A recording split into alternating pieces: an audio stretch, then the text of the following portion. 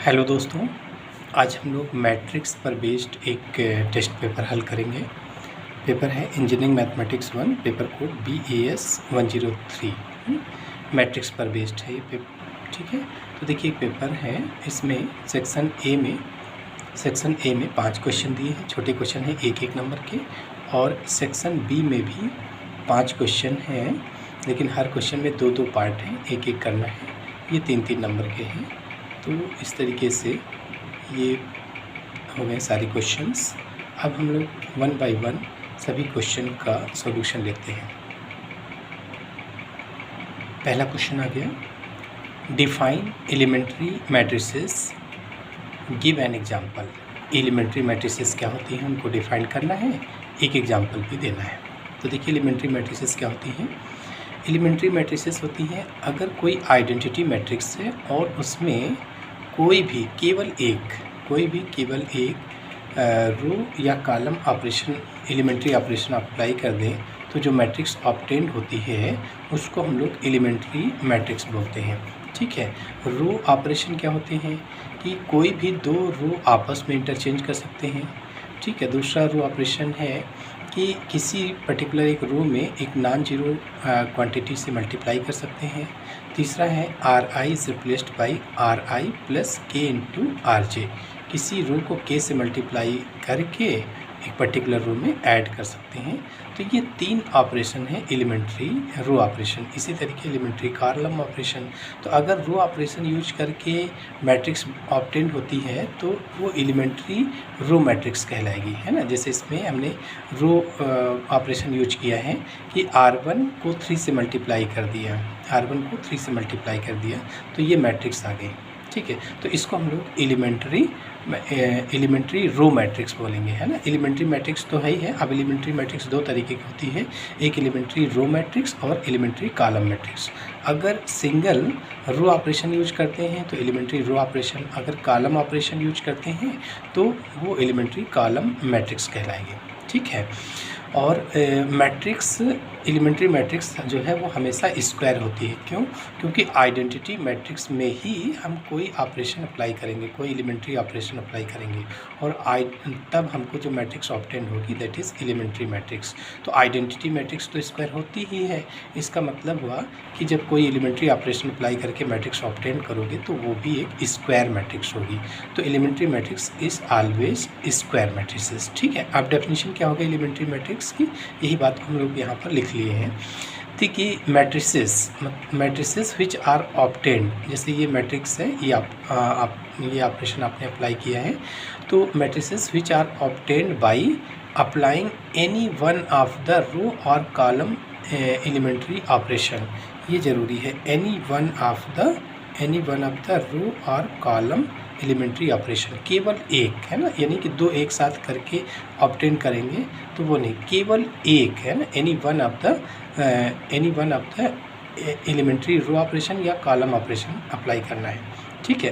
तो matrices which are obtained, मतलब ये वाली इसकी बात की जा रही है कि कैसे ऑब्टेंड हो रही है।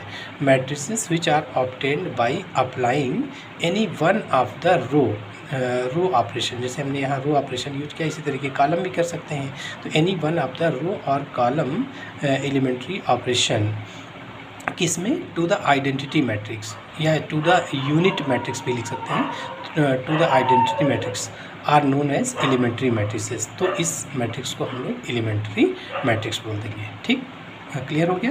एलिमेंट्री मैट्रिक्स क्या होती है, आइडेंटिटी मैट्रिक्स में ही कोई एलिमेंट्री ऑपरेशन अप्लाई करके जो मैट्रिक्स ऑब्टेंड होगी that is called elementary matrices. तो मतलब आपको यही चीज़ लिख देना है यहाँ पर, ठीक है, कि ए मैट्रिक्स कैसे ऑब्टेंड हो रही है। A matrix obtained by applying any one of the row और कॉलम ऑपरेशन किसमें, to the identity matrix is called elementary matrices, है ना। It is always square matrix, ठीक है। चलिए अगला क्वेश्चन देखिए, find the rank of the matrix capital A is equal to this, ठीक है। तो रैंक आपको पता है 3 तरीके से निकाल सकते हैं, माइनर मेथड, एक्लान फॉर्म, है ना, और नॉर्मल फॉर्म। ठीक है।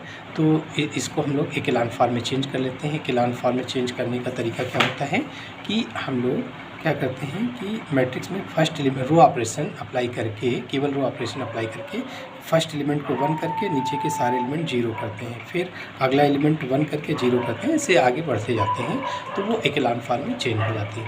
तो जैसे इसका फर्स्ट एलिमेंट 1 है, ठीक है, अब इसके नीचे के सारे एलिमेंट 0 करना है तो कैसे करेंगे, रो ऑपरेशन यूज करके। तो अगर इसको 2 से मल्टीप्लाई करें, इस रो को 2 से मल्टीप्लाई करके इससे घटा देंगे तो यहाँ 0 आ जाएगा, फिर 8 से मल्टीप्लाई करके अगर इससे घटा देंगे तब यहाँ 0 आ जाएगा। मतलब इस कॉलम के 1 के अलावा बाकी एलिमेंट 0 करना है, ठीक है। तो ये ऑपरेशन हो गया, R2 is replaced by R2 minus 2R1 and R3 is replaced by R3 minus 8R1, ठीक है। तो R1 में कोई चेंज नहीं है, फिर इस को घटा दो 2 से मल्टीप्लाई करके, तो 2 माइनस 2 0 आ गया, 2 माइनस 2 0 आ गया, 2 माइनस 2 0 आ गया। 8 से मल्टीप्लाई करके घटा लो तो 8 माइनस 8 0 आ गया, 8 माइनस 8 ये भी 0 और ये भी 0, ठीक है। तो 1 0 0 हो गया। अब आगे तो कुछ बचा ही नहीं, नॉन जीरो क्वान्टिटी, तो ये इकेलॉन फॉर्म में चेंज हो गया। तो इसकी रैंक क्या होती है, rank of A is equal to number of non zero rows, ठीक है। नॉन जीरो रोज काउंट कर लो जिसमें सारे एलिमेंट 0 ना हो, that is called the non zero row. देखो ये 0 रो है, ये भी 0 रो है, ये नॉन जीरो रो है, तो कितनी संख्या है, 1। So rank of A is equal to 1, ठीक। अगला क्वेश्चन देखिए। अगला क्वेश्चन है, check the following vectors are linearly independent और डिपेंडेंट वेक्टर्स दे रखे हैं। तो इसको हम लोग रैंक निकाल के भी बता सकते हैं, लीनियरली डिपेंडेंट और इंडिपेंडेंट। तो क्या करते हैं, एक मैट्रिक्स मान लेते हैं और इन वेक्टर्स को कॉलम में रख लेते हैं। तो फर्स्ट वेक्टर आपका फर्स्ट का एक्स वाई जेड, मतलब ये पहला कॉलम, दूसरा कॉलम, तीसरा कॉलम। जितने वेक्टर्स दिए हों, 2 दिए हैं तो 2 रखिए, 4 दिए हैं तो 4, इस तरीके से। तो जितने भी हैं उनको कॉलम में रख लो। तो ए मैट्रिक्स इक्वल टू हो गया 1 2 -2, फर्स्ट कॉलम हो गया, फिर ये सेकंड कॉलम बन गया और ये थर्ड कॉलम, ठीक है। इसकी रैंक निकाल लो, ठीक है। तो देखिए रैंक आप 3 तरीके से निकाल सकते हैं, किसी भी तरीके से निकाल लो। तो मान लीजिए हम माइनर्स मेथड यूज करते हैं, तो डिटरमिनेंट ऑफ ए निकाल लो, इसका डिटरमिनेंट निकाल लो। तो कितना आया इसका डिटरमिनेंट, सिंपल 1 इंटू हो जाएगा 3 - 0, तो और प्लस 1 इंटू हो जाएगा 2 - 4, तो कितना आ गया 3 - 2, that means 1, not equal to 0 आ गया। Determinant A not equal to 0, this implies that इसकी रैंक क्या होगी 3, और नंबर ऑफ़ वेक्टर्स कितनी है 3, नंबर ऑफ़ वेक्टर्स 3 है। अगर rank of A equal to number of vectors तो लीनियरली इंडिपेंडेंट होता है, और अगर rank of A is less than number of vectors होता है ना। रैंक ऑफ ए अगर इसकी रैंक 2 आती और नंबर ऑफ़ वेक्टर्स तो 3 है ही है, ये तो कम ज़्यादा कर नहीं सकते। तो rank of A is less than number of vectors, तो डिपेंडेंट होता है, और rank of A is equal to number of vectors तो लीनियरली इंडिपेंडेंट हो जाता है, ठीक है। ये शर्त है। इस तरीके हम लोग डिपेंडेंट और इंडिपेंडेंट वेक्टर्स को बता सकते हैं कि वेक्टर्स डिपेंडेंट है या इंडिपेंडेंट। तो given vectors are linearly independent. Rank of A equal to number of vectors के लिए इंडिपेंडेंट। अगर ये लेस देन होता है, मान लीजिए इसकी रैंक 2 आ जाती है, तो 2 is less than number of vectors, क्योंकि नंबर ऑफ़ वेक्टर्स 3 है, उस केस में डिपेंडेंट हो जाता है, ठीक है। अगला है, so that if the matrix A is Hermitian then i is skew Hermitian matrix, ठीक है। तो हम लोग क्या करते हैं, एक हर्मिशियन मैट्रिक्स मान लेते हैं और दिखा देंगे कि आई से अगर मल्टीप्लाई कर देंगे तो वो स्क्यू हर्मिशियन मैट्रिक्स हो जाएगा, ठीक है। अब देखो Hermitian, let A be Hermitian matrix. तो हर्मिशियन मैट्रिक्स क्या होती है, A star is equal to A, और स्क्यू हर्मिशियन क्या हो जाता है, A star equal to -a, ठीक है। तो जिसको भी चेक करना हो हर्मिशियन या स्क्यू हर्मिशियन, उसका ले लो स्टार। तो इसको चेक करना है कि ये हर्मिशियन है या स्क्यू हर्मिशियन, तो इसका स्टार ले लो। तो आई ए का star is equal to i bar into A star. Formula है के ए का स्टार इक्वल टू के बार, यहाँ कोई स्केलर क्वांटिटी है उसका बार मतलब complex conjugate into A star हो जाता है, ठीक है। तो ये हो जाएगा आई बार इंटू ए स्टार। आई बार का मतलब आई का कॉम्प्लेक्स कंजुगेट, आई का कॉम्प्लेक्स कंजुगेट क्या होता है -i, तो -i a। तो i a star is equal to minus I A. एक ये क्वांटिटी देखिए, यही जो क्वांटिटी यहाँ पर है, तो इसका मतलब हुआ स्क्यू सिमेट्रिक के लिए शर्त क्या होती है कि ए स्टार इक्वल टू माइनस ए अगर आ गया तो वो स्क्यू हर्मिशियन हो जाता है, स्क्यू हर्मिशियन हो जाता है। ए स्टार इक्वल टू अगर माइनस ए यहाँ माइनस हो जाता तो वो स्क्यू हर्मिशियन हो जाता। तो स्क्यू हर्मिशियन के लिए शर्त क्या है, ए मान लीजिए B star equal to minus B आ गया, B star equal to minus B, तो बी क्या हो जाएगा, B is skew Hermitian matrix है ना, स्क्यू हर्मिशियन मैट्रिक्स हो जाएगा बी। तो इसी तरीके बी की जगह अगर आई ए रख लें तो आई ए का स्टार अगर माइनस आई ए आ जाए तो आई ए कैसी मैट्रिक्स हो जाएगी, इस बी की जगह आई ए रख लो तो आई ए कैसी मैट्रिक्स हो जाएगी, स्क्यू हर्मिशियन मैट्रिक्स। तो बस ये छोटा सा क्वेश्चन था, आई ए स्क्यू हर्मिशियन हो गया, this implies that I A is skew Hermitian matrix. ठीक, अगला क्वेश्चन नंबर 5, स्टेट कैले हैमिल्टन थ्योरम। कैले हैमिल्टन थ्योरम का स्टेटमेंट देना है केवल। तो स्टेटमेंट क्या है कि every square matrix satisfies its own characteristic equation. Matrix कोई भी दी है उसकी जो कैरेक्टरिस्टिक इक्वेशन होती है मैट्रिक्स खुद सेटिस्फाई करती है। ठीक है, तो ये स्टेटमेंट हो गया कैले हैमिल्टन थ्योरम का। अगला देखिए क्वेश्चन, देखिए सेक्शन बी का पहला क्वेश्चन है, using elementary transformation find the inverse of the matrix capital A. इस मैट्रिक्स का इन्वर्स निकालना है। देखो इन्वर्स कई तरीके से निकाल सकते हैं हम लोग, एक होता है एडजॉइंट से, एक कैले हैमिल्टन थ्योरम से, एक एलिमेंट्री ट्रांसफॉर्मेशन, और भी तरीके हैं, लेकिन जिस मेथड से कहा जाएगा वही लगाना होगा। दूसरे मेथड से आप इन्वर्स निकालोगे तो गलत कंसिडर होगा और 0 नंबर मिलेंगे। ठीक है, तो देखिए एलिमेंट्री ट्रांसफॉर्मेशन यूज करके कह रहा है तो हम लोग इसी से लगाएंगे।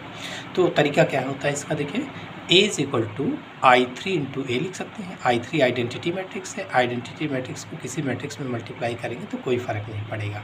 ठीक है, अगर इस साइड लिखते हैं तो रो ऑपरेशन यूज करेंगे, अगर ए के इस साइड लिखेंगे तो कॉलम ऑपरेशन। तो हम लोग एक मेथड याद कर लेते हैं, एक मेथड तैयार कर लेते हैं रो वाला, है ना। तो I3 इस लेफ्ट साइड में लिखेंगे, यानी अब शर्त हो गई कि हम लोग केवल रो ऑपरेशन अप्लाई कर सकते हैं, कॉलम नहीं कर पाएंगे। ठीक है, तो ए की वैल्यू रख लीजिए और इधर I3 की वैल्यू रख लो और ये ए हो गया। ठीक, अब क्या करेंगे, इसको रो ऑपरेशन अप्लाई करके इसको बनाएंगे आइडेंटिटी मैट्रिक्स। तो जब ये आइडेंटिटी मैट्रिक्स हो जाएगा, है ना, तो इधर राइट साइड वाला ये ए इन्वर्स हो जाएगा, क्योंकि क्या होता है ए इन्वर्स इंटू ए किसके बराबर होता है, आई के बराबर। तो हम लोग इधर की मैट्रिक्स को, अगर इस मैट्रिक्स को आइडेंटिटी में चेंज कर लें तो तब ये आपका ए इन्वर्स हो जाएगा, ये तो लिखा ही है। तो हम लोग क्या करते हैं, इसको आइडेंटिटी मैट्रिक्स में चेंज करते हैं। देखिए चेंज करने का तरीका क्या है, हम लोग फर्स्ट एलिमेंट को 1 केवल रो ऑपरेशन अप्लाई कर सकते हैं, रो एलिमेंट्री ऑपरेशन। तो फर्स्ट एलिमेंट को 1 करके बाकी एलिमेंट 0 करेंगे। ठीक है, फिर अगला डायगोनल एलिमेंट 1 करके इस कॉलम के बाकी एलिमेंट 0 करेंगे। फिर अगला डायगोनल एलिमेंट 1 करके इस कॉलम के बाकी एलिमेंट को 0 करेंगे। ये तरीका है आइडेंटिटी में चेंज करने का। तो हम लोग यही काम करेंगे। अब देखिए फर्स्ट एलिमेंट को 1 करना है, 1 है ही नहीं है यहाँ पर, तो हम लोग केवल रो अप्लाई कर सकते हैं। देखिए यहाँ 1 है, इन दोनों रोज़ को इंटरचेंज कर लो, तो R1 interchange by R2। Same काम इसमें भी करेंगे। तो R1 पहुँच गया, R2 पहुँच गया R1 की जगह और R1 आ गया R2 की जगह, और ये है सेम काम यहाँ पर करेंगे। तो ये पहली रो बन जाएगी 0 1 0 और ये सेकंड रो हो जाएगी। ठीक है, third row as it is A, और यहाँ ए ही लिखते चलेंगे, ये कोई वैल्यू नहीं रखेंगे। उसके बाद फिर देखिए 1 अब इसके नीचे सारे एलिमेंट 0 करना है, ये ऑलरेडी 0 है, इसको 0 करेंगे इसी को की एलिमेंट मान के और रो ऑपरेशन से। तो इसको अगर 3 से मल्टीप्लाई करके इससे घटा देंगे तो यहाँ पर 0 आ जाएगा। तो ये किस रो में आ रहा है, इसी जगह पर 0 करना है, और किस रो में है, ये R3 में। इसका मतलब R3 को चेंज करना है। तो R3 इज़ रिप्लेस्ड बाई क्या करेंगे, R3 माइनस 3 इंटू R1 में 3 से मल्टीप्लाई करके घटा देंगे। तो क्या हो जाएगा, देखिए R1 R2 as it is लिख लो, R3 में इसको 3 से मल्टीप्लाई करके घटा लो, तो 3 माइनस 3 0 आ गया। 1 माइनस 6 माइनस का 5 आ जाएगा, 1 और ये प्लस हो जाएगा, 1 प्लस 9 तो ये 10 हो गया। दिस इक्वल टू सेम काम इसमें करना है, तो ये और इसको 3 से मल्टीप्लाई करके घटा दो तो 0 माइनस 0 0 ही रहेगा, और ये हो जाएगा 0 माइनस 3, तो माइनस का 3 आ गया, 1 माइनस ये तो 3 से मल्टीप्लाई करेंगे तो 0 ही आ जाएगा, तो 1 माइनस 0 मतलब 1 आ गया, बाकी दोनों रो एज इट इज़।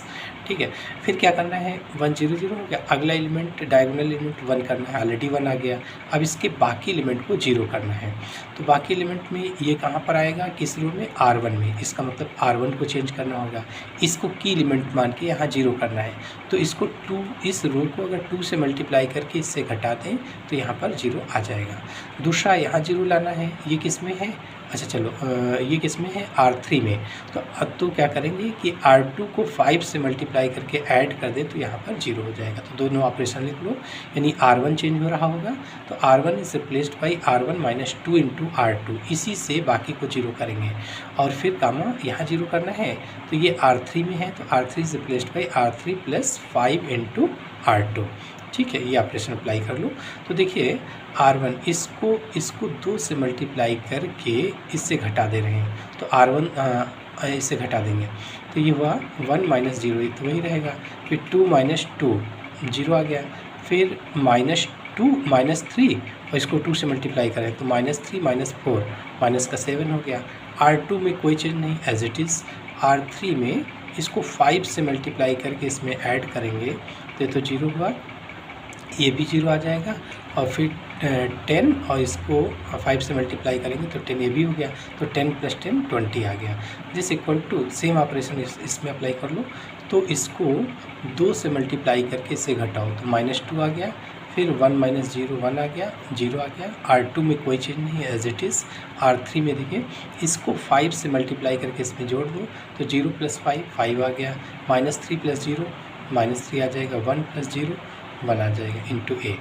तो 1 1 0 0 बन गया। फिर अगला एलिमेंट इसको क्या करना है, इसको 1 बनाना है, तो R3 को 20 से डिवाइड कर दीजिए, R3 को 20 से डिवाइड कर दो तभी यहाँ 1 बनेगा, तो ये आपका 1 हो गया, केवल R3 में चेंज हो रहा, तो सेम काम इसमें करेंगे, इसको 20 से डिवाइड करोगे तो 5/20 माइनस 3/20 और 1/20 इंटू ए हो गया।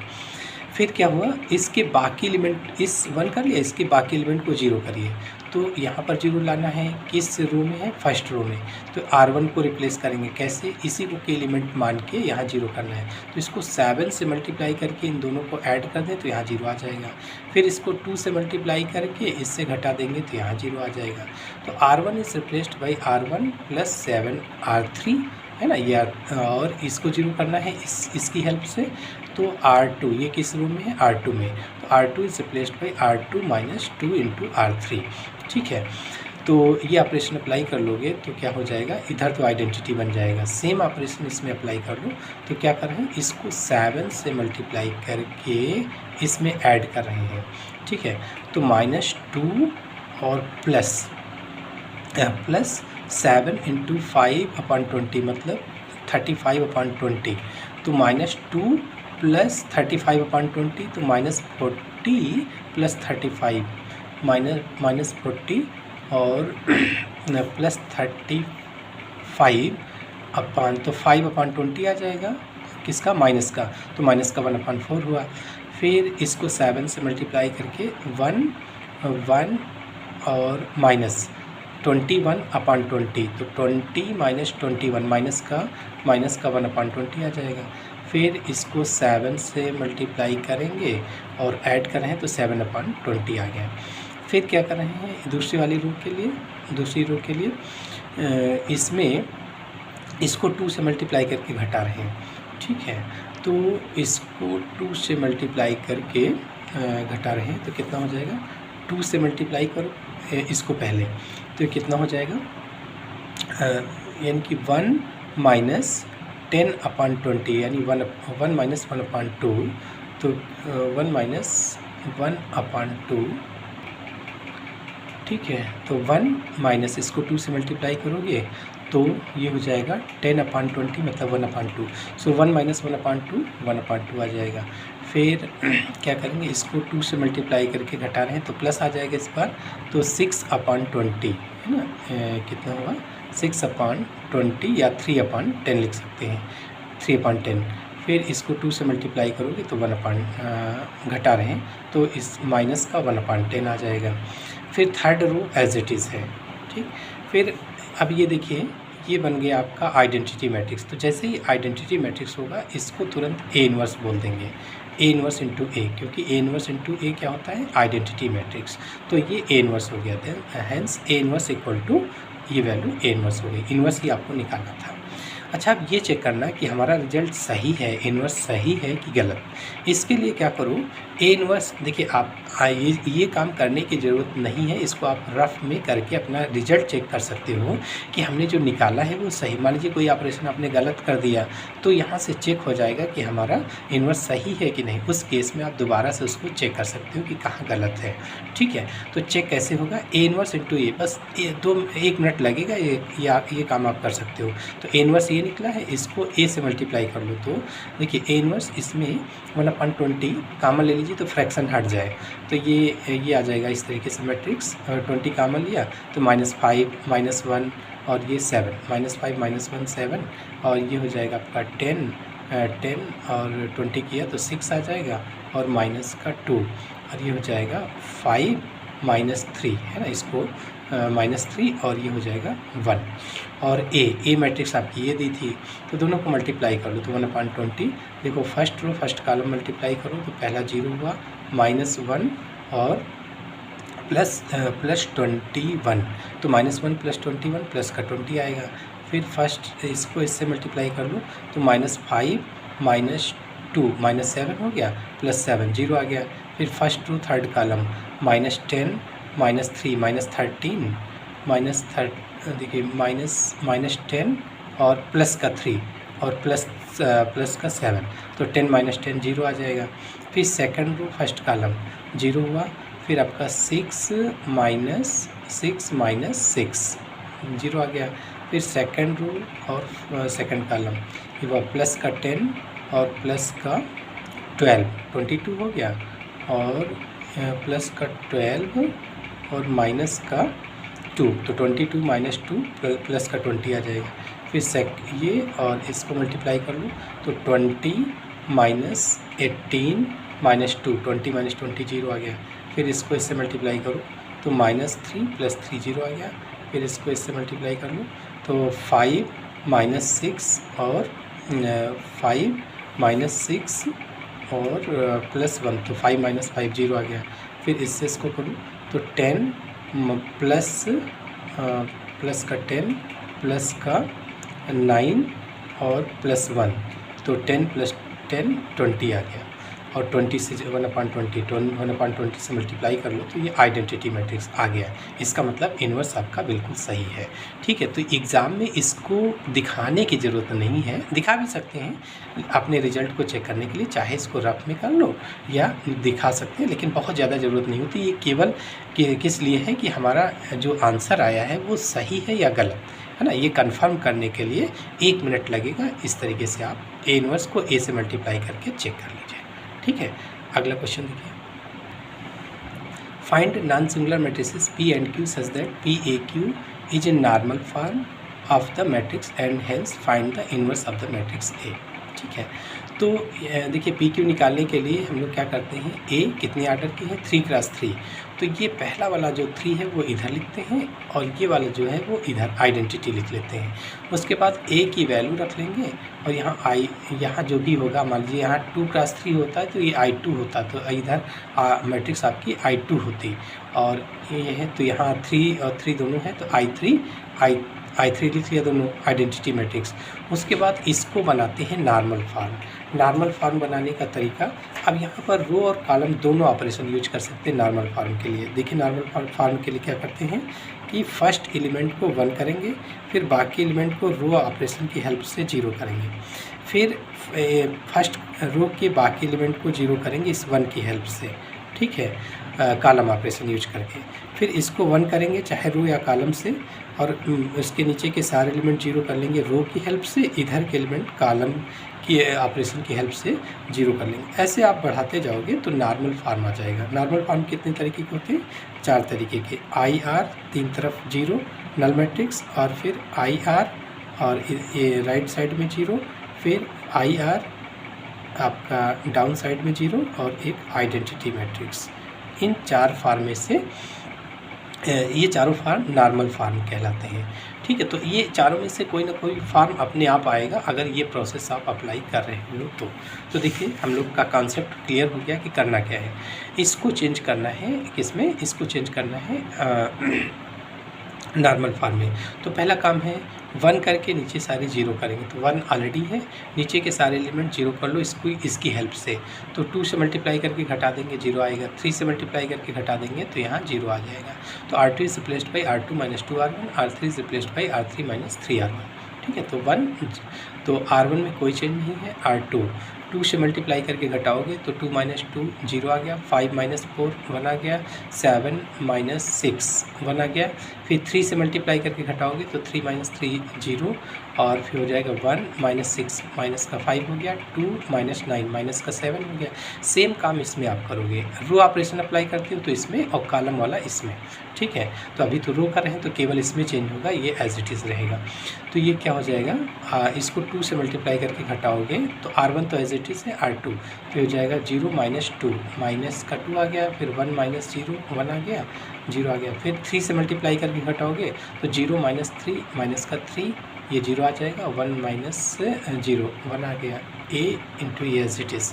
फिर क्या करेंगे, 1 हो गया, अब इधर के एलिमेंट को 0 करना है, इसको की एलिमेंट मान के। तो 2 से मल्टीप्लाई करके इससे घटा देंगे तो यहाँ 0 आएगा, 3 से मल्टीप्लाई करके घटाएंगे तो यहाँ 0 आ जाएगा। तो ये किस कॉलम में है, ये इसको 0 करना है तो ये किस कॉलम में है, ये आपका C2 में है। तो C2 is replaced by C2 minus 2 C1 है ना, ये C1 को 2 से मल्टीप्लाई करके घटा देंगे तो ये 0 आ जाएगा। फिर 3 से मल्टीप्लाई करके C3 से घटा देंगे तो यहाँ 0 आ जाएगा। तो C3 is replaced by C3 minus 3 C1।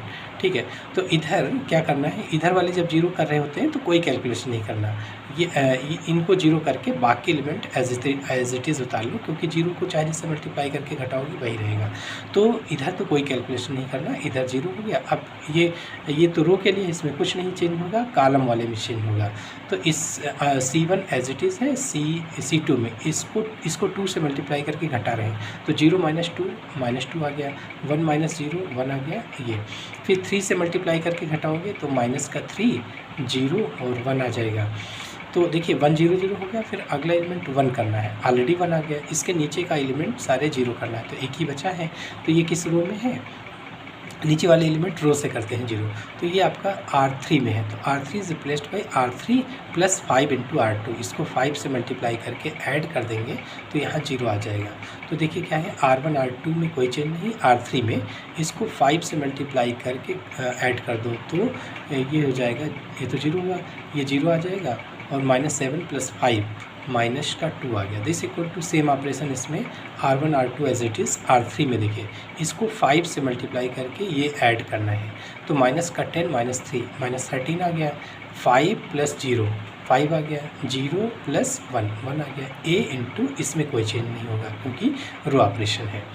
फिर 1 0 हो गया, अब इसको 0 करना है इसकी हेल्प से, तो इससे इसको घटा देंगे, यहाँ 0 आ जाएगा। ये किस कॉलम में है, C3, तो C3 is replaced by C3 minus C2, तो ये हो जाएगा आपका। हमने बताया जब इधर 0 कर रहे होंगे तो कोई कैलकुलेशन नहीं, इसको 0 कर लो, बाकी एज इट इज़ बता लीजिए। तो सेम कॉलम ऑपरेशन यूज करें तो सेम ऑपरेशन इसमें ये एज इट इज़ रहेगा, इसमें यूज करेंगे C3 माइनस C2, इससे इसको घटाएंगे तो माइनस 3 प्लस 2 आ जाएगा तो माइनस 1 हुआ, और फिर 0 माइनस 1 माइनस का 1 आ जाएगा, 1 माइनस 0 1 आ गया, बाकी C1 C2 as it is. फिर क्या किया, 1 0 0 1 0 0, अब इसको 1 करना है, चाहे तो कॉलम से इस कॉलम को -2 से डिवाइड कर लें या इस रो को -2 से डिवाइड कर लें, कोई भी कर लो, ठीक है, आंसर सेम आएगा। आपका जो PQ अलग, चूँकि PQ यूनिक नहीं है, PQ अलग अलग आएंगे, ठीक है, लेकिन इन्वर्स अगर निकालने के लिए बोले हैं तो वो सेम आएगा। तो R3 इस हमने R ऑपरेशन यूज करके इसकी जगह 1 कर लिया। अब कॉलम से भी कर सकते हो, कॉलम में करोगे तो इसमें चेंज होगा, रो में करोगे तो इसमें चेंज होगा, इसलिए P और Q यूनिक नहीं होते हैं, ये बहुत सेम आप, ठीक है। तो -2 से डिवाइड करो इसको, तो ये तो आपका आइडेंटिटी बन गया, -2 से डिवाइड करो 13/2 -5/2 और माइनस का 1/2 ए, और ये एज इट इज़ रहेगा। तो ये जब I3 बन जाएगा तो ये P कहलाएगा, ये A लिखा ही है, ये Q, PAQ। अब और ये नॉर्मल फार्म में हो गया। नॉर्मल फार्म 4 बताए थे, उसमें I3 वाला आ गया है ना। कौन सा फार्म आ गया? I3 आ गया, ठीक है, IR। तो ये नॉर्मल फार्म हो गया, है ना। तो ये वैल्यू P हो गई और ये वैल्यू Q हो गई, ठीक। तो यहाँ पर P और Q ये यूनिक नहीं होते हैं, मतलब सेम ऑपरेशन जैसे हमने किया वैसे आप किए रहोगे तभी ये आंसर मिलेगा, अदरवाइज आंसर नहीं मिलेगा P Q का, ठीक है। तो P और Q यूनिक नहीं होते हैं, इसलिए अगर इतना ही पूछते हैं तो आपका, लेकिन ये है कि ये नॉन सिंगुलर होने चाहिए। जैसे देखिए इसके अबव सारे जीरो हैं, तो इस नॉन सिंगुलर का मतलब इसका determinant not equal to zero होना चाहिए। तो अगर डिटरमिनेंट ऑफ Q निकालें, ये नॉट इक्वल टू जीरो आएगा, determinant of P not equal to zero.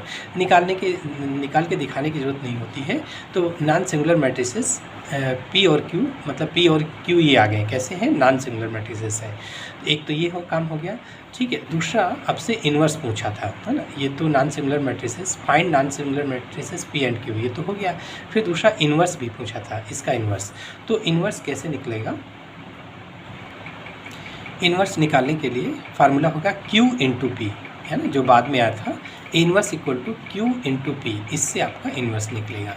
तो वो Q इंटू P, Q की वैल्यू रख लीजिए, Q की वैल्यू ये हो गई और P की वैल्यू ये है, दोनों वैल्यू रख लिया, है ना। P में 1/2 कामा ले लीजिए, तो फ्रैक्शन से हम लोग बच जाएंगे, ठीक है। तो 1/2 कामा ले लिया, तो इस तरीके से ये टर्म्स आ जाएंगे, ठीक है। 1/2 कामा लिया तो ये आपका 2 बन जाएगा, ये मतलब पूरे में 2 से मल्टीप्लाई हुआ और बाहर 1/2 आ गया, तो ये हो जाएगा आपका 2, ये -4, ये 2, 13, -5 और -1 ये होगा।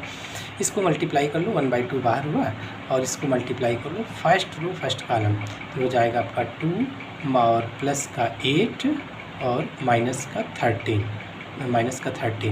तो माइनस का 3 आ गया। फिर first row second column, minus का 4 और प्लस का 5, कितना हुआ? 1 आ जाएगा प्लस का। फिर first row third column, plus का 1। फिर सेकंड रो फर्स्ट कॉलम, कितना? 0 और -4 माइनस का 13, तो माइनस का 17 आ जाएगा। फिर सेकंड रो सेकंड कॉलम हो जाएगा 2 + 10, 2 + 10 सेकंड रो सेकंड कॉलम तो हो जाएगा 2 और +5, 2 + 5 मतलब 7 आ जाएगा। फिर सेकंड रो थर्ड कॉलम ये आ जाएगा प्लस का 1। फिर third row first column multiply करके देखो तो ये हुआ आपका इतना 0 हुआ, ये दोनों 0 हो जाएगा, 13 × 1 13 आ गया। फिर थर्ड रो सेकंड कॉलम ये हो जाएगा -5 और थर्ड रो और थर्ड कॉलम माइनस का 1 हो जाएगा, ठीक है। तो ए इन्वर्स आ गया। अब इन्वर्स जो कि यूनिक होता है चाहे जिस मेथड से निकालें, तो ये पता करना कि इन्वर्स हमारा सही है या गलत। हमने आपको बताया था कि ए इन्वर्स इंटू ए कर लो, अगर वो आई आ जाए तो इसका मतलब सही है। 1 मिनट लगेगा, आप करके देख सकते हो। तो ए इन्वर्स ये है और ए क्या दिया था, ये मैट्रिक्स ए दी थी, है ना, ए मैट्रिक्स दी थी जो गिवन मैट्रिक्स थी। तो ए इन्वर्स इंटू ए दोनों का मल्टीप्लिकेशन देखो 1/2 फर्स्ट रो फर्स्ट कॉलम, तो क्या हुआ -3 और +2 और +3, तो कितना हुआ -3 + 5 प्लस का 2 आ जाएगा। फिर फर्स्ट रो सेकंड कॉलम -6 + 5 + 1 यानी 6 - 6 0 आ गया। इस तरीके से डायगोनल में 2 आ जाएगा, बाकी सब 0, तो I3 आ गया। अगर A inverse into A identity matrix आ जाता है तो इसका मतलब इन्वर्स हमारा करेक्ट है, ये इन्वर्स करेक्ट है। इन्वर्स तो आपने निकाल लिया, मान लीजिए पी और क्यू कहीं गलत होगा, ठीक है, तो इन्वर्स आपका फिर गलत आ जाएगा, ठीक। तो ये चेक करना कि हमारा इन्वर्स सही है या गलत, 1 मिनट लगेगा, ये काम आप करके देख लो। अगर I3 नहीं आ रहा तो अपनी कैलकुलेशन चेक करो शुरू से, है ना, पी और क्यू चेक कर लो, वो फिर कहीं ना कहीं कुछ गलत है, ठीक है। तो इस तरीके से हम लोग बिल्कुल श्योर आंसर ला सकते हैं, ठीक है। चलिए अगला क्वेश्चन देखिए। Reduce the matrix A in echelon form and find the rank of the matrix. तो एक्लान फॉर्म में चेंज करने के लिए क्या तरीका है? एक्लान फॉर्म में चेंज करने के लिए क्या करेंगे, मैट्रिक्स को देखिए, एक्लान फॉर्म में चेंज करने के लिए 1 0 0 0 ऐसा, फिर इसको 1 करके 0 0, इसको 1 करके 0, इस तरीके बढ़ते रहेंगे तो वो एक्लान फॉर्म चेंज हो जाएगा। और मान लीजिए यहाँ पर 0 आ जाता, जैसे 1 0 0 कर रहे थे, ये भी आपका 0 आ जाता इसी टाइम पे, तो फिर हम इसके अगले एलिमेंट पे जाएंगे, इसको 1 करेंगे, इसको 1 करके बाकी के नीचे के एलिमेंट 0 करके फिर अगला एलिमेंट 1 करेंगे, इस तरीके से, ठीक है, ये है। तो इकोलन फॉर्म में इसको चेंज करना है। तो देखिए ए मैट्रिक्स गिवन है, फिर इकोलन फॉर्म में चेंज करने के लिए फर्स्ट एलिमेंट को क्या करना है, 1 लाना है। या ये देख लीजिए कि नीचे के पहले हम 0 कर लें, नीचे के 0 कर लें, फिर 1 कर देंगे। तो इसको अगर यहाँ इन दोनों को 0 कर लो, तो इसको 2 से मल्टीप्लाई करके ऐड कर दें तो यहाँ 0 हो जाएगा, और इन दोनों को ऐड कर दें तो यहाँ 0 आ जाएगा। तो R2 is replaced by R2 plus 2R1 and R3 is replaced by R3 plus R1। तो पहले ऑपरेशन, तो R1 एज इट इज़ है, R2 इसको 2 से मल्टीप्लाई करके ऐड कर दो तो 0 आ गया, और ये आ जाएगा, ये भी 0 आ जाएगा। 2 से मल्टीप्लाई करके ऐड करोगे 8 आया, इस दोनों को डायरेक्ट ऐड कर दो 0 आ गया, फिर 0 आ गया, और ये 4 आ गया।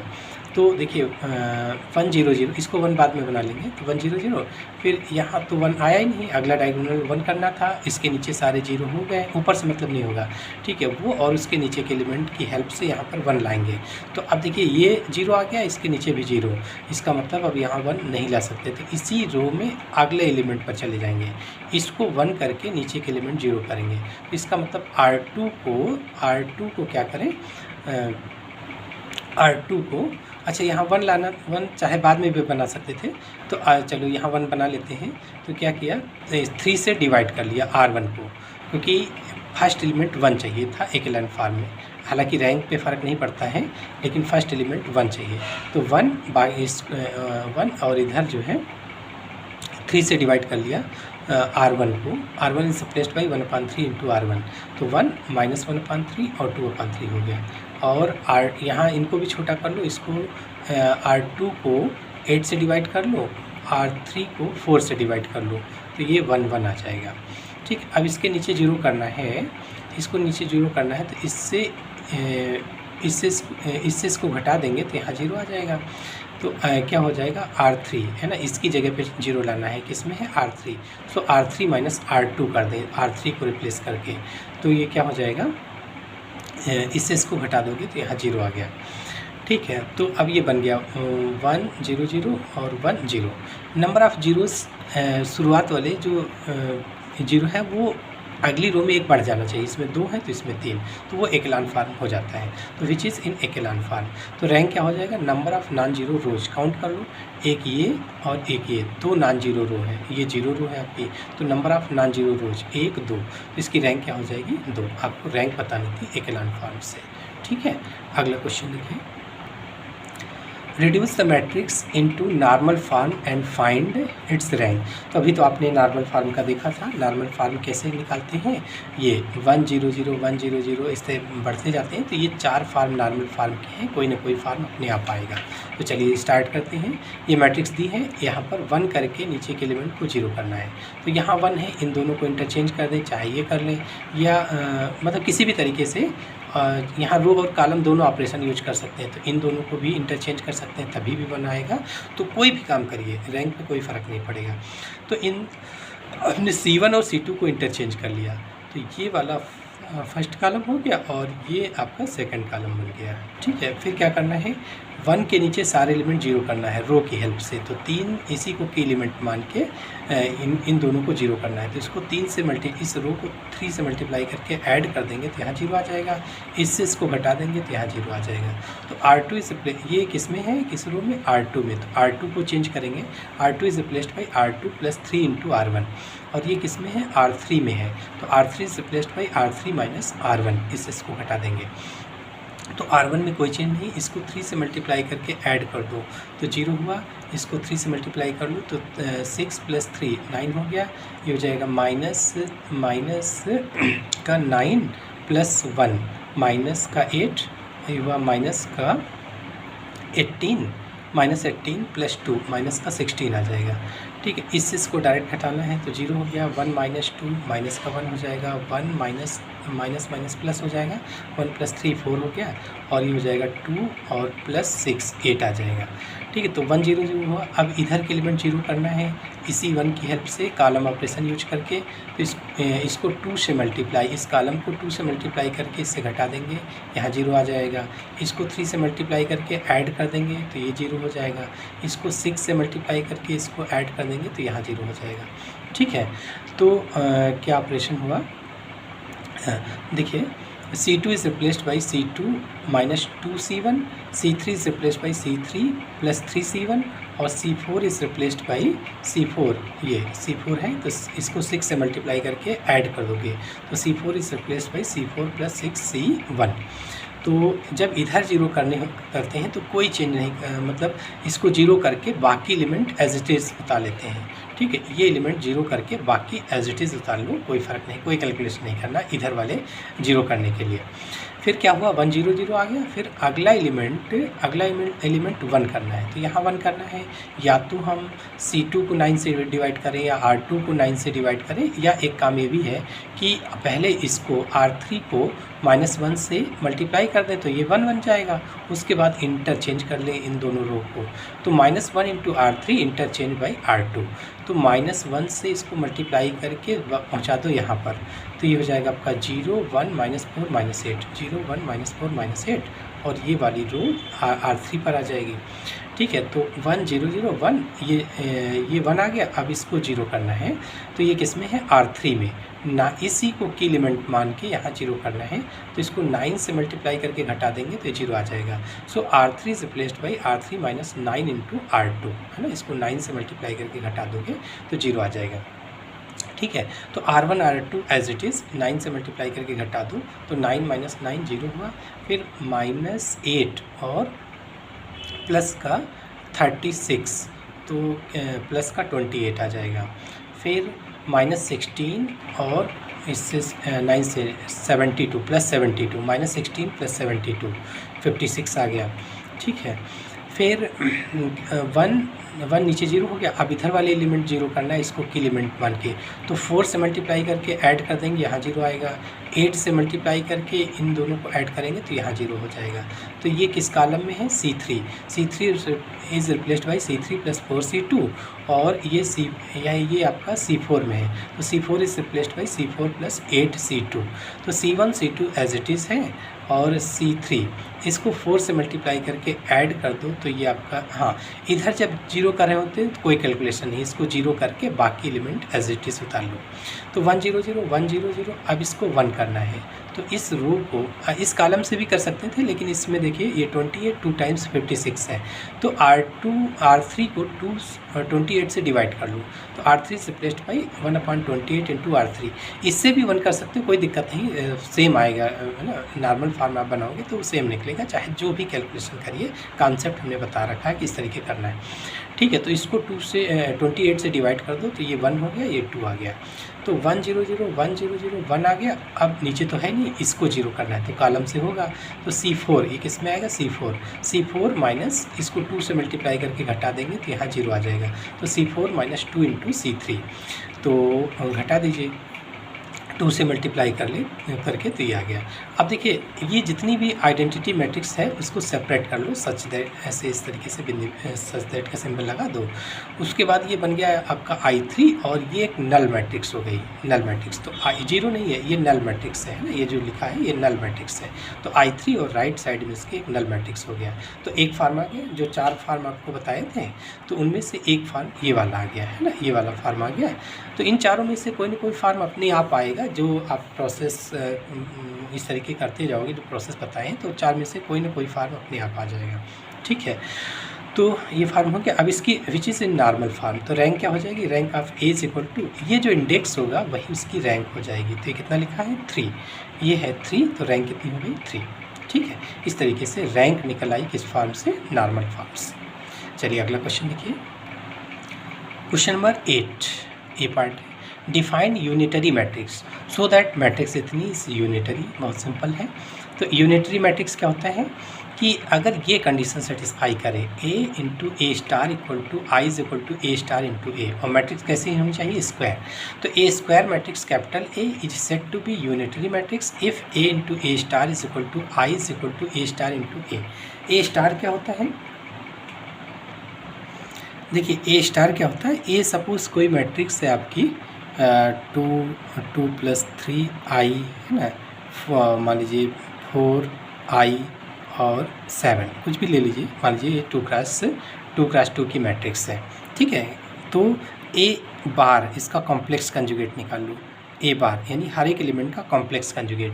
तो रियल नंबर का रियल नंबर ही होता है, क्यों कि इस 2 को लिख सकते हैं, 2 को लिख सकते हैं 2 + i × 0, तो इसका कॉम्प्लेक्स कंजुगेट 2 बार, 2 बार क्या हो जाएगा 2 - i × 0, तो ये भी 2 है, ये भी 2 है, तो इसका मतलब 2 बार = 2। तो रियल नंबर का कॉम्प्लेक्स कंजुगेट सेम रहता है, तो रियल नंबर तो 2 ही रहेगा। ये हो जाएगा कॉम्प्लेक्स कंजुगेट जब लेते हैं, बार का मतलब कॉम्प्लेक्स कंजुगेट, तो i की जगह -i कर देना है बस, तो 2 - 3i हो जाएगा, और ये हो जाएगा -4i, और ये तो रियल नंबर है, तो रियल नंबर का सेम रहेगा। ठीक है, फिर इसको ट्रांसपोज कर दो, ए बार का dash this equal to first row को फर्स्ट कॉलम बना लो, तो 2 - 3i, ये हो जाएगा माइनस का सेकंड रो को सेकंड कॉलम -4i, और ये 7। ठीक है, तो यही आपका ए स्टार कहलाता है। हम लोग ए स्टार निकालते हैं, या कभी कभी ए पावर थीटा डिनोट होता है। ठीक है, ए पावर थीटा या ए स्टार। तो ए स्टार = ए बार का डैश या ए डैश का बार, है ना, ये भी हो सकता है। ए स्टार = ए बार का डैश या ए बार, पहले ए डैश निकाल लो फिर उसका कॉम्प्लेक्स कंजुगेट निकालो, तो वैल्यू सेम आएगी, है ना, इन दोनों की वैल्यू सेम आएगी। तो इस तरीके से हम लोग स्टार निकालते हैं। तो देखिए कह रहे हैं कि ए यूनिटरी मैट्रिक्स की डेफिनेशन की शर्त है कि ए × ए स्टार आई हो जाना चाहिए, या ए स्टार × ए, ये भी आई हो जाना चाहिए। तो ये मैट्रिक्स आपकी ए जो मैट्रिक्स है वो यूनिटरी होनी चाहिए, यूनिटरी हो जाएगी। तो A square matrix capital A is said to be unitary matrix if, condition दे दीजिए इफ़ के आगे, तो ए स्टार = आई = ए स्टार × ए, ये तो डेफिनेशन हो गई। दूसरा कहे थे कि इस मैट्रिक्स को दिखाओ कि यूनिटरी है, तो ए मैट्रिक्स से ए बार क्या हो जाएगा, हर एक एलिमेंट का कॉम्प्लेक्स कंजुगेट, आई की जगह -i, आई की जगह -i। ठीक है, फिर क्या होगा, इसको ट्रांसपोज कर लो तो वो ए स्टार बनेगा, तो ए बार का डैश = 1/2, इस फर्स्ट रो को फर्स्ट कॉलम बना दो, सेकंड रो को सेकंड कॉलम बना दिया। ठीक है, फिर अब जरा निकाल के देखो ए × ए स्टार की वैल्यू, तो ए आपकी ए वैल्यू ये है ए, और ए स्टार अभी आपने ये निकाला है, दोनों को मल्टीप्लाई कर लो, तो 1/2 मिलके 1/4 हुआ। अब देखिए first row first column multiply कर लो, तो 1 + i × 1 - i, 1 + i 1 - i क्या हो जाएगा, देखिए 1 + i × 1 - i। ठीक है, तो कितना ये प्लस देखिए मल्टीप्लाई कर रहे हैं, तो फर्स्ट रो फर्स्ट कॉलम, तो ये और ये मल्टीप्लाई हुआ, प्लस ये और ये हो जाएगा, तो -1 + i -1 - i। ठीक है, तो अगला हो जाएगा -1 + i और -1 - i, ये आपका पहला एलिमेंट होगा। तो 1 + i 1 - i, a + b a - b क्या हो जाएगा 1 - i²। ठीक है, और प्लस इसमें a + b a - b, तो 1 इसका स्क्वायर -1 का स्क्वायर 1 हो जाएगा, 1 माइनस, यानी चलो लिख लो -1 का स्क्वायर और -i²। ठीक है, तो देखिए i² की वैल्यू क्या होती है, i² = होता है -1, तो i² की जगह -1, तो ये तो 2 आ जाएगा, प्लस ये 1 का स्क्वायर 1 हुआ, 1 का स्क्वायर 1 हो गया, और i² की वैल्यू -1, तो माइनस प्लस का 1, तो कितना हो जाएगा 4 आ जाएगा, 2 + 2 4 आ जाएगा। ठीक है, तो इस तरीके से ये 2 + 2। इसी तरीके फर्स्ट रो और सेकंड कॉलम मल्टीप्लाई करोगे, तो देखिए 1 + i और -1 - i, तो माइनस का 2 आ जाएगा और ये प्लस का 2, सेम उसी तरीके से। फिर इसको मल्टीप्लाई करोगे तो ये आ जाएगा, फिर इसको और इसको मल्टीप्लाई किया आपने, तो इस तरीके से ना, अभी जैसे मल्टीप्लाई करके देखा, इस तरीके से करोगे तो ये सारे टर्म्स आ जाएंगे। ठीक है, अब देखिए ये प्लस और माइनस सेम वैल्यू है, 0 आ गया, और ये भी कट गया, ये आपका 4 आ गया, फिर 4 से डिवाइड करोगे तो i आ गया, तो a स्टार × a की वैल्यू i आ गई। इसी तरीके a स्टार × a निकाल लो, वो भी i आ जाएगा, thus a × a स्टार = i = a स्टार × a, hence A is a unitary matrix. ये अगर कंडीशन सेटिस्फाई है तो वो यूनिटरी मैट्रिक्स हो जाएगी, है ना। सिमिलरली लिख सकते हो या निकाल के दिखा सकते हो, ये वाला पोर्सन दोबारा से, यानी ए स्टार × ए आई आया, और दूसरा ए स्टार × ए आई आया, ए × ए स्टार करके देख लो, पहले ए बाद में ए स्टार, वो भी आई आ जाएगा। तो इस तरीके से जब दोनों वैल्यू सेम हो जाएगी तो हम लोग उसको यानी कि यहाँ पर लिख सकते हैं similarly we can find a into A star is equal to I, ये भी निकाल सकते हैं। तो a into A star I और a स्टार इंटू ए, ये भी i के बराबर आ गया। इसका मतलब a is a unitary matrix. ठीक, अगला क्वेश्चन देखिए 8b, define similar matrices, prove that similar matrices have the same characteristic roots. Characteristic roots को आइगन वैल्यूज़ या लेटेंट रूट्स भी बोलते हैं। तो सिमिलर मैट्रिसेस क्या होती हैं? Similar matrices two square matrices capital A and B of the same order, दोनों सेम आर्डर की होनी चाहिए, is said to be similar matrices if there exist a non zero matrix capital P, है ना। कोई एक नॉन जीरो मैट्रिक्स एग्जिस्ट करनी चाहिए, वो इस तरीके से कि एक मैट्रिक्स दूसरी मैट्रिक्स में P inverse into P inverse A P, ये वैल्यू बी के बराबर आ जाए, है ना। तो B is similar to A और ए सिमिलर टू बी है, तो ए को P inverse B into P लिख सकते हैं। ठीक है, तो ये आपका बी सिमिलर टू ए हो गया, B similar to A matrix, अगर ये कंडीशन सेटिस्फाई है तो, है ना। यानी कि पी इनवर्स एक ऐसी नॉन सिमिलर मैट्रिक्स पी ऐसी एग्जिस्ट करेगी जिसका पी इनवर्स ए पी करें तो वो बी के बराबर आ जाए। ठीक है, अगर ऐसा आ जाता है, कोई ऐसी मैट्रिक्स पी एग्जिस्ट करती है तो ए और बी सिमिलर मैट्रिसेस कहलाएंगे, है ना। तो क्या हो गया, यानी मेन कंडीशन ये हो गई कि two matrices capital A and B क्या होना चाहिए, सेम आर्डर की पहली चीज़, और स्क्वायर होना चाहिए। Two square matrices A and B of the same order are said to be similar matrices if क्या है कि ये एग्जिस्ट करना चाहिए, there exist a non similar matrix P, there exist a non similar matrix capital P such that, ये condition आनी चाहिए, B is equal to P inverse A P. तो ये तो डेफिनेशन हो गई। अब प्रूफ के लिए क्या कह रहे हैं कि similar matrix have the same characteristic roots. तो इसके लिए हम लोग ये दिखा देंगे कि कैरेक्टरिस्टिक पॉलिनोमियल दोनों के सेम आ जाते हैं, ए और बी दोनों के मैट्रिक्स के कैरेक्टरिस्टिक पॉलिनोमियल सेम आ जाते हैं, तो रूट भी सेम हो जाएगा, उसकी कैरेक्टरिस्टिक इक्वेशन भी सेम हो जाएगी, ये दिखाना होगा। ठीक है, तो हम लोग क्या मान लेते हैं प्रूफ के लिए। देखिए, similar matrices have the same characteristic matrix, तो दो हम सिमिलर मैट्रिक्स मान लेते हैं। तो let A and B are two similar matrices.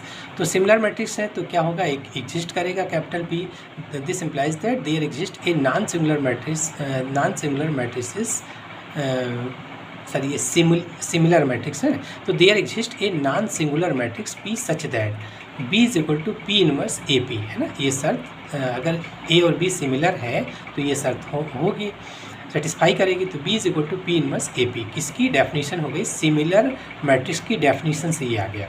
ठीक, इक्वेशन 1। अब मान लेते हैं lambda is an eigen value of B, है ना। जो बी मैट्रिक्स है उसकी आइगन वैल्यू लैम्डा मान लेते हैं, लैम्डा। तो क्या हो जाएगा, इसकी characteristic polynomial of B, characteristic polynomial क्या होता है, B minus lambda I determinant, है ना। इसका एक्सपेंशन करते हैं तो वो कैरेक्टरिस्टिक पॉलिनोमियल कहलाता है। Characteristic polynomial of B is equal to determinant B minus lambda I. ठीक है, ये कैरेक्टरिस्टिक पॉलिनोमियल होगा, इसका एक्सपेंशन करेंगे तो पॉलिनोमियल के फॉर्म में आएगा, इसलिए इसको कैरेक्टरिस्टिक पॉलिनोमियल बोलेंगे। अब b माइनस लैम्डा इसी को हम लोग क्या लिख सकते हैं, b की जगह पे लिख सकते हैं p इनवर्स ए पी लिख सकते हैं, और माइनस लैम्डा i की जगह p इनवर्स इंटू पी, क्योंकि p नॉन सिंगुलर मैट्रिक्स है तो p इनवर्स मैट्रिक्स और उस मैट्रिक्स को मल्टीप्लाई करेंगे तो आइडेंटिटी आएगा अगर मैट्रिक्स नॉन सिंगुलर है तो। ठीक है, तो p नॉन सिंगुलर है ही है तो p inverse into P I के बराबर, तो i की जगह हम लोग p इनवर्स इंटू पी लिख सकते हैं। ठीक है, लैम्डा स्केलर होता है, उसको कहीं भी इधर उधर ले जाओ, चाहे यहाँ लिख लो चाहे यहाँ, लेकिन मैट्रिक्स को नहीं चेंज कर पाओगे जब तक कुछ दिया ना हो। तो देखिए इसमें लेफ़्ट साइड में पी इनवर्स इसमें भी है, पी के लेफ़्ट साइड में और इसमें भी पी इनवर्स है, तो पी इनवर्स कामन ले लो, तो यहाँ से ए पी माइनस, हमने बताया लैम्डा चाहे यहाँ लिखो चाहे यहाँ लिखो, तो लैम्डा स्केलर है कहीं भी लिख सकते हो, तो लैम्डा पी आ गया। ठीक है। तो P इनवर्स और इसमें राइट साइड में P है तो राइट साइड में P कॉमन ले लो, तो A माइनस लैम्डा और इसको I से P को PI भी लिख सकते हैं, I से मल्टीप्लाई कर सकते हैं। तो यहाँ क्या बचेगा, जब आपने P कॉमन ले लिया तो A माइनस लैम्डा I बचेगा, है ना, क्योंकि मैट्रिक्स यहाँ भी लाना है। अगर I नहीं लिखेंगे तो ये तो मैट्रिक्स थोड़ी रहेगा। तो P आपने कॉमन लिया तो इसको P यहाँ पर P इंटू I भी लिख सकते हैं, तो P इंटू I P के बराबर होगा, तो यहाँ I बचेगा आपका। ठीक है। तो अब देखिए प्रॉपर्टी है कि determinant of A B equal to determinant of A into determinant of B. अब यहाँ 3 है, 1 2 3, तो तीनों का डिटरमिनेंट इंटू में आ जाएगा। Determinant of P inverse, determinant of this, determinant of this. अब देखिए डिटरमिनेंट की वैल्यू एक नंबर हो जाती है, मतलब डिटरमिनेंट की वैल्यू क्या है, एक नंबर की तरीके से कार्य करता है। ठीक है। तो यानी इसको इधर उधर चेंज कर सकते हैं डिटरमिनेंट को, है ना। मान लीजिए डिटरमिनेंट ऑफ, जैसे डिटरमिनेंट ऑफ मान लीजिए कि 1 2 3 4 है, इसका डिटरमिनेंट क्या हुआ 8 माइनस 6 का मतलब 2, तो ये एक नंबर हो गया ना। और दूसरा डिटरमिनेंट 1 2 3 मान लीजिए है, ठीक है। तो ये क्या हो गया आपका 3 माइनस 4 माइनस का 1 आ गया। तो यानी ये अगर ये मान लीजिए A है और ये डिटरमिनेंट A, ये डिटरमिनेंट B है, ठीक है। तो डिटरमिनेंट A की वैल्यू एक नंबर आ जाती है, डिटरमिनेंट B की वैल्यू डिटरमिनेंट लेते ही वो एक नंबर होता है, मैट्रिक्स नहीं होता। तो इनको तो जैसे 2 इंटू माइनस 1 को हम लोग क्या लिख सकते हैं, -1 इंटू 2 भी लिख सकते हैं, यानी डिटरमिनेंट को चेंज कर सकते हैं, कम्यूटेटिव लगा सकते हैं डिटरमिनेंट के लिए। ठीक है। तो क्या हो गया, इन दोनों को इसको इधर कर लिया, इसको इधर कर लिया, डिटरमिनेंट इधर उधर कर सकते हैं। तो ये डिटरमिनेंट भी आ गया। अब देखिए determinant of P inverse into P किसके बराबर हो जाएगा, determinant of P inverse into determinant of P, इस वाले रूल से। ठीक है। तो ये तो इसको ऐसा भी लिख सकते हैं, अगर ऐसा लिखा है तो ऐसा भी लिख सकते हैं हम लोग। तो वही चीज़ है, दोनों इंटू में लिखे हैं तो इसको हम लोग अंदर कर सकते हैं। तो P इनवर्स P, और P इनवर्स P I के बराबर है, तो determinant I into determinant A। तो डिटरमिनेंट I की वैल्यू 1 हो गई, तो ये हो जाएगा determinant A minus lambda I। तो देखिए B माइनस लैम्डा I किसकी कैरेक्टरिस्टिक पॉलिनोमियल थी, B। अगर A माइनस लैम्डा I है तो वो कैरेक्टरिस्टिक पॉलिनोमियल A का हो जाएगा। तो this equal to characteristic polynomial A of A, यानी A का कैरेक्टरिस्टिक पॉलिनोमियल और B का कैरेक्टरिस्टिक पॉलिनोमियल सेम आ गया। ठीक है। तो इसका मतलब कैरेक्टरिस्टिक इक्वेशन भी सेम आ जाएगी। This implies that characteristic equation of the matrices A and B are same. ठीक है।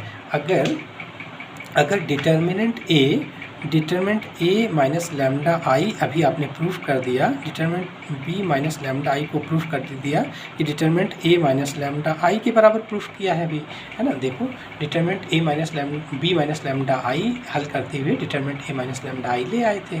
ठीक है। अच्छा B की कैरेक्टरिस्टिक इक्वेशन क्या होती है, B minus lambda I is equal to 0।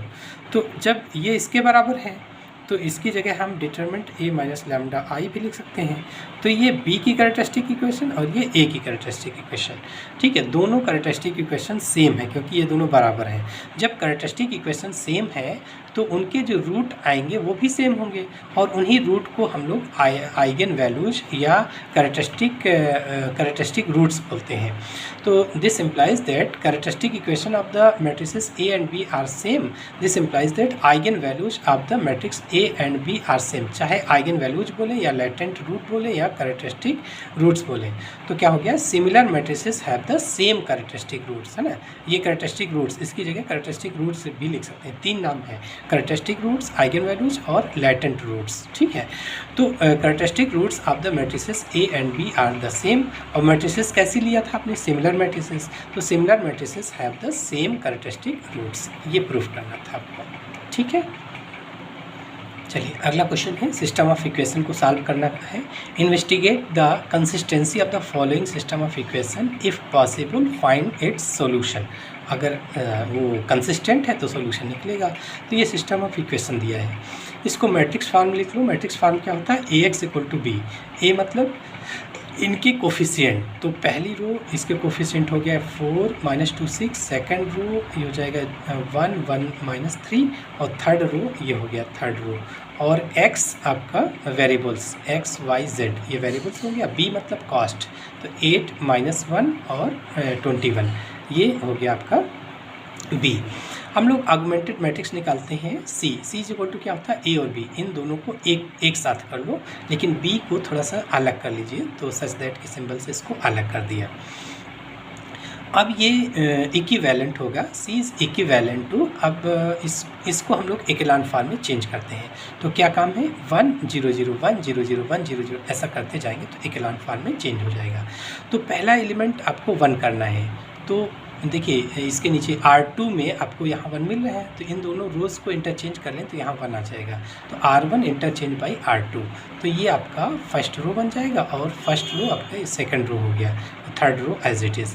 अब 1 के बाद नीचे 0 करना है, तो इसको अगर 4 से मल्टीप्लाई करके घटा देंगे तो यहाँ 0 आएगा, 15 से इसको 15 से मल्टीप्लाई करके घटा देंगे तो यहाँ 0 आएगा, तो यहाँ 0 करना है, ये 4 है आपका यानी R2 में है, तो R2 is replaced by R2 minus 4R1, यहाँ 0 करना है किसमें है, R3, so R3 is replaced by R3 minus 15 into R1, इसी से बाकी के एलिमेंट को 0 करेंगे, ठीक है।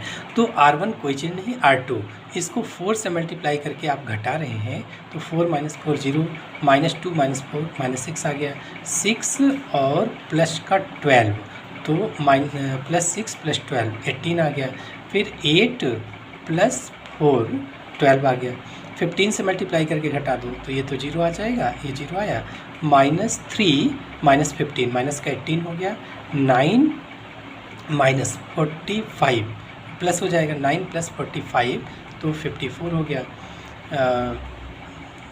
ठीक है। और फिर ये हो जाएगा 21 और प्लस का 15, 21 प्लस 15 36 आ गया, तो 1 0 0 हो गया। अब इस एलिमेंट को 1 करना है, तो देखिए ये 6 से पूरा डिवाइड हो रहा है, तो माइनस 6 से डिवाइड कर लो R2 को, तो यहाँ 1 हो जाएगा, तो R2 is replaced by 1/6 into R2, और ये भी देखिए डिवाइड हो रहा है, इसको भी थोड़ा छोटा कर लो, तो R3 is replaced by 1/18 into R3, ये 18 से डिवाइड हो रहा है तो थोड़ा नीचे वाला छोटा हो जाएगा, तो R1 में कोई चेंज नहीं, R2 में 6 माइनस 6 से डिवाइड कर रहे हैं, तो ये हो जाएगा 1, ये हो जाएगा -3 और ये हो जाएगा माइनस का 2, इसको कर रहे हैं 18 से, तो -1 और ये 3 टाइम्स हुआ और ये आपका 2 टाइम्स हुआ, तो 1 0 0 1, इसके नीचे 0 करना है, इसको 0 करना है, तो इन दोनों को ऐड कर लेंगे तो यहाँ 0 हो जाएगा, सो R3 is replaced by R3 plus R2, तो R1 R2 as it is, इनको दोनों को ऐड कर लो तो 0 आ गया, ऐड कर दिया 0 आया, इसको ऐड किया 0 आया,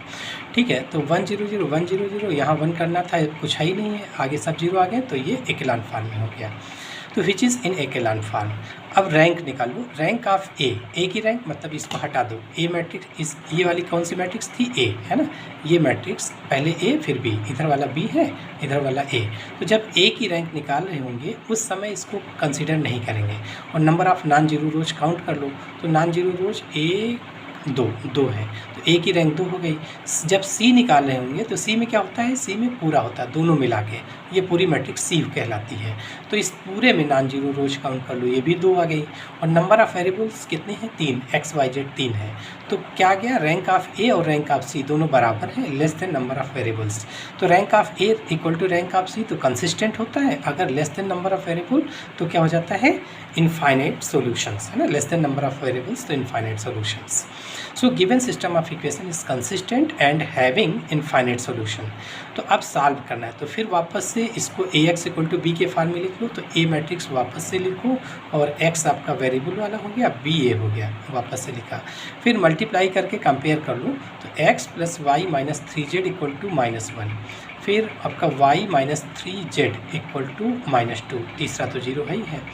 तो देखिए इक्वेशन 2 और अननोन 3, इक्वेशन 2 और अननोन 3 अननोन के लिए 3 कंडीशन चाहिए जबकि 2 ही है, तो किसी एक को मानना पड़ेगा। सपोज़ हम लोग लास्ट वाले से कंसिडर कर लेते हैं, सपोज़ z इक्वल टू के मान लिया, z इक्वल टू के है ना, z की वैल्यू कोई कांस्टेंट मान लिया k, देन y की वैल्यू क्या हो जाएगी, इसको उधर कर लो तो ये हो जाएगा 3k -2, और y और z की वैल्यू हालांकि y और z की जगह y माइनस 3z ये दोनों सेम है, तो इसकी जगह -2 रख सकते हैं। तो x की वैल्यू x माइनस 2 इक्वल टू -1, तो x इक्वल टू 1 आ जाएगा। तो x तो 1 हमेशा आएगा, k पे x y और z डिपेंड करेगा। तो क्या हुआ, x equal to 1, y is equal to 3k minus 2 और z equal to k for all k, है ना। k की वैल्यू तो कितने सोल्यूशन हो गए, k is equal to suppose 0 ले लिया, तो क्या सोल्यूशन आ गया 1 माइनस 2 0, ये गिवन सिस्टम को सेटिस्फाई करेगा।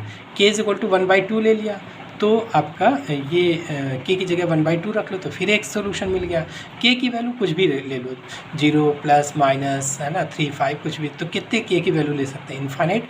तो सोल्यूशन कितने आ जाएंगे, इन्फाइनाइट, है ना। तो ये इन्फाइनाइट सोल्यूशन यहाँ आपने कहा भी है कि system of equation is consistent and having infinite solution. तो इस केस में हम लोग k के टर्म्स में आंसर दे देते हैं, ठीक। अगला क्वेश्चन देखिए, determine the value of lambda and mu for which the system of equation has unique solution, no solution, infinitely solution, इसकी कंडीशन, ठीक है। तो ये system of equation matrix form में ऑलरेडी दिया है, तो ये a हो गया, ये b, ये x हो गया, ये b हो गया। तो a x और b दिया है ऑलरेडी सिस्टम ऑफ इक्वेशन में, इसकी आर्गुमेंटेड मैट्रिक्स निकालो, तो c is equal to A B होता है, तो c is equal to A matrix ये हो गया और b, इन दोनों को कंबाइन करके रख लो। तो a की जगह ये पूरी मैट्रिक्स हो गई और b की जगह पे ये हो गया, बीच को सेपरेट कर लीजिए सच दैट के सिंबल से। अब इक्विवेलेंट टू, यहाँ इक्विवेलेंट साइन लगाना है, जो भी ऑपरेशन लगाओगे तो इक्विवेलेंट आएगा, वो इक्वल नहीं आएगा। तो अब क्या करना है, इसको आपको 1 कर, अब इसको एक एलान फॉर्म में चेंज कर लो, तो इसको 1 करके नीचे के एलिमेंट 0, इसको 1 करके 0, इस तरीके से ये प्रोसेस है एक एलान फॉर्म का। तो देखिए यहाँ 1 करना है, अगर इससे इसको घटा दें तो यहाँ 1 आ जाएगा, तो r1 is replaced by r1 minus r3, तो 1 आ जाएगा। तो 3 माइनस 2 1 आ गया, माइनस 2 माइनस 1 माइनस 3 आ गया, 1 माइनस लैम्डा और म्यू प्लस 1 आ गया, बाकी r2 r3 as it is है, तो 1 आ गया। उसके बाद इन दोनों को 0 करना है, तो ये किस रो में है, r2, so r2 is replaced by r2 minus 5 into r1, इस 1 की हेल्प से नीचे के एलिमेंट 0 करना है, तो 5 r2 is replaced by r2 minus 5 r1, and ये किस में है, r3 is replaced by r3 minus 2 r1, तो 1 इधर 0 0 हो गया, r1 में कोई चेंज नहीं, r2 क्या करें, इसको 5 से मल्टीप्लाई करके घटा दे रहे हैं, तो 8 प्लस 15 प्लस का 7 आ जाएगा, 9 5 से मल्टीप्लाई कर लो, तो 9 माइनस 5 4 आ जाएगा प्लस का, और 5 से मल्टीप्लाई कर रहे हैं और इसको माइनस करेंगे तो प्लस हो जाएगा, तो प्लस 5 लैम्डा, 4 प्लस 5 लैम्डा हुआ। फिर 3 माइनस 5 म्यू माइनस 5, तो माइनस का 5 म्यू माइनस 2 आ जाएगा। फिर 2 से मल्टीप्लाई करके घटा रहे हैं, तो 1 प्लस 6 7 आ जाएगा, और ये हो जाएगा लैम्डा माइनस 2 प्लस 2 लैम्डा, तो 3 लैम्डा माइनस 2 आ जाएगा। फिर माइनस 1 माइनस 2 म्यू माइनस 2, तो माइनस 2 म्यू माइनस 3 आ गया। तो अब देखिए 1 0 0, अब यहाँ 7 हो गया, यहाँ 1 करने से पहले यहाँ इसको 0 कर लो नीचे वाला, तो इससे इसको घटा दें तो 0 हो जाएगा। r3 is replaced by r3 minus r2, तो r1 r2 as it is है, इससे इसको घटा दो 0 हो गया, इससे इसको घटाया तो आपका माइनस का लैम्डा और माइनस 6 माइनस 2 लैम्डा, इससे इसको घटाओगे तो 3 लैम्डा माइनस 5 लैम्डा माइनस का 2 लैम्डा और माइनस 2 माइनस 4 माइनस का 6 आ गया। फिर इससे इसको घटाओगे तो ये तो आपका प्लस हो जाएगा, प्लस का 5 म्यू माइनस 2 म्यू, तो 3 म्यू आ जाएगा, और माइनस 3 प्लस 2, तो माइनस का 1 आ गया। ठीक है, तो 1 0 0 1 हो या ना हो, रैंक पे फ़र्क नहीं पड़ेगा, इसके 0 आ गया। अब ये तो लैम्डा और म्यू पे डिपेंड कर रहा है। तो अब तीनों केस ले लेते हैं। यूनिक सोल्यूशन, यूनिक सोल्यूशन की शर्त है कि rank of A equal to rank of C equal to number of variables. अब नंबर ऑफ़ वेरिएबल्स 3 है ना, 3 वेरिएबल्स हैं एक्स वाई जेड, इसका मतलब ए की रैंक भी 3 होनी चाहिए और सी की रैंक भी 3 होनी चाहिए। तो इसके लिए हम लोग क्या कर लें, अगर ए के लिए क्या करेंगे, इसको हटा देंगे इस कॉलम को, तो ए की रैंक 3 लाने के लिए हमको देखिए यहाँ ये दो नंबर्स हैं, तो अब लैम्डा और म्यू कुछ भी हो लेकिन ये नॉन जीरो रो दे देगा, क्योंकि ये दोनों नॉन जीरो रो हैं। लैम्डा और म्यू इन दोनों रो पे डिपेंड नहीं है, इस पे है ना। तो अगर इसको नॉट इक्वल टू 0 मान लें, नॉट इक्वल टू 0, तो ए की रैंक क्या हो जाएगी, 3 नॉन जीरो रोज हो जाएंगी, तो ए की रैंक आपकी 3 हो जाएगी। और अब अगर ये नॉट इक्वल टू 0 है तो ये अब 0 हो या ना हो, ये रो हमेशा नॉन जीरो आ जाएगी। तो सी की रैंक निकालने के लिए उसकी रैंक भी 3 आ गई, तो म्यू पे डिपेंड किया नहीं डिपेंड किया, इसका मतलब for all value of mu, for all value of mu. तो लैम्डा इज इक्वल टू क्या हो गया, इससे लैम्डा निकालो माइनस नॉट इक्वल टू -3, -3 नहीं होना चाहिए बस। और म्यू की क्या वैल्यू होनी चाहिए, म्यू कुछ भी ले लो क्योंकि म्यू पर वो डिपेंड कर ही नहीं रहा, तो for all value of mu. तो ये लैम्डा और म्यू की वैल्यू हो गई। पूछा था ना कि हर एक केस में लैम्डा और म्यू की वैल्यू बताओ, तो म्यू कुछ भी ले लो आप, लेकिन लैम्डा की वैल्यू -3 नहीं होनी चाहिए, ठीक है, -3 नहीं होनी चाहिए, बाकी कुछ भी ले लो, -3 केवल नहीं होनी चाहिए बस, ठीक है। तो अगला नो सॉल्यूशन, नो सॉल्यूशन के लिए दोनों की रैंक डिफ़र करना चाहिए। तो अगर इसको हम 0 और इसको नॉट इक्वल टू 0 मान लें तो ए की रैंक 2 हो जाएगी और सी की रैंक 3 हो जाएगी। तो इसको 0 मान लिया, इसको नॉट इक्वल टू 0, तो ए की रैंक 2 हो जाएगी, सी की रैंक 3, तो दोनों अलग अलग रैंक आ गई, rank of A not equal to rank of C. तो इसका मतलब नो सॉल्यूशन हो गया। नो सॉल्यूशन के लिए दोनों की रैंक डिफर होनी चाहिए। तो लैम्डा की वैल्यू क्या आ गई, जब इसको आपने 0 लिया तो लैम्डा की वैल्यू -3 आ गई और म्यू की वैल्यू क्या आ गई, इसको भी इसको नॉट इक्वल टू 0 लिया तो म्यू की वैल्यू क्या हो गई, म्यू नॉट इक्वल टू 1/3। तो लैम्डा इज इक्वल टू -3 और म्यू नॉट इक्वल टू 1/3, है ना, ये वैल्यू हो गई लैम्डा और म्यू की। अगला केस, इनफाइनाइटली मैनी सॉल्यूशंस के लिए क्या कंडीशन होती है, rank of A is equal to rank of C is less than number of variables, यानी दोनों की रैंक तो बराबर हो लेकिन नंबर ऑफ वेरिएबल्स से कम होनी चाहिए। तो वेरिएबल 3 है, इसका मतलब दोनों की रैंक 3 से कम चाहिए। 3 से कम 2 से कम हो ही नहीं सकती क्योंकि 2 नॉन जीरो रो तो ये मिल ही रहे हैं, तीसरी वाली ही हो सकती है। तो अगर इसको भी 0 ले लें, इसको भी 0 ले लें, तो दोनों की रैंक क्या हो जाएगी, 2 हो जाएगी और is less than number of variables हो जाएगा, वेरिएबल नंबर ऑफ वेरिएबल्स, है ना, number of is less than number of variables आ जाएगा। तो देखिए हम लोग क्या करते हैं कि ये कंडीशन है इनफाइनाइटली सॉल्यूशन के लिए। तो इस पहले इन दोनों को अगर 0 ले लें, है ना, इसको इन दोनों को 0 ले लें तो ए की रैंक क्या हो जाएगी 2 और सी की रैंक सी में पूरा ले लेंगे, इसको भी 0 ले रहे हैं तो ए की रैंक, ए के लिए इसको हटा देंगे तो ए की रैंक 2 और सी की रैंक 2, ठीक है। तो दोनों को 0 ले लिया तो ए की रैंक 2 आ गई, सी की रैंक 2 और नंबर ऑफ़ वेरिएबल्स 3 है। तो ये कंडीशन सेटिस्फाई हो गई कि दोनों की rank of A equal to rank of C is less than number of variables, ठीक है। तो लैम्डा की वैल्यू क्या आ गई -3 और म्यू की वैल्यू आ गई 1/3। तो इस तरीके से ये क्वेश्चन कंप्लीट हुआ।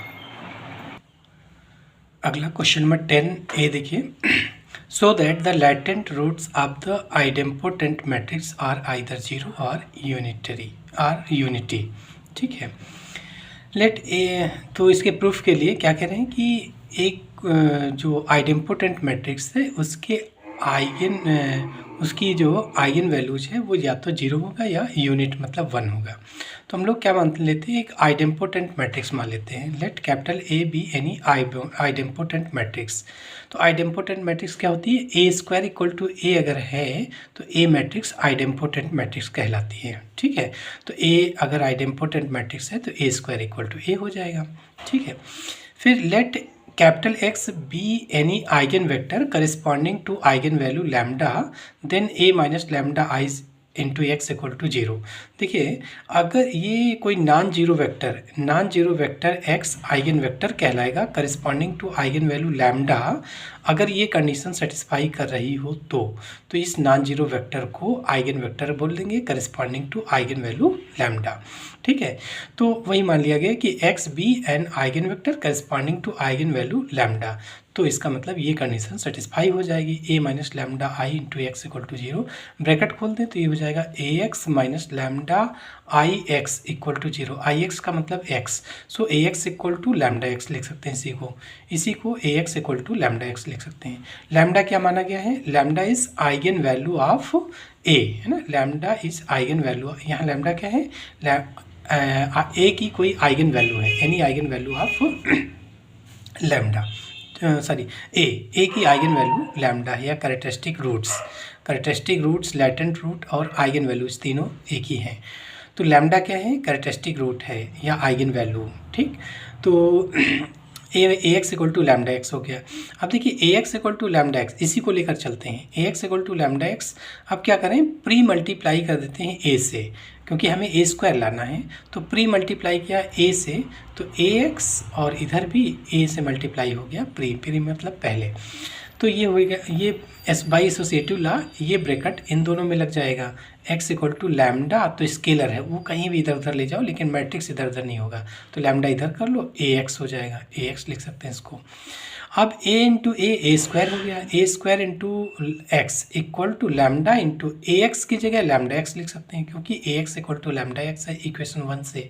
ठीक है, तो अब ए स्क्वायर किसके बराबर है, ए स्क्वायर ए के बराबर है, क्योंकि ए क्या है, आइडेम्पोटेंट मैट्रिक्स है, तो ए स्क्वायर की जगह ए लिख सकते हैं। तो A X equal to lambda और ये लैम्डा स्क्वायर एक्स हो जाएगा।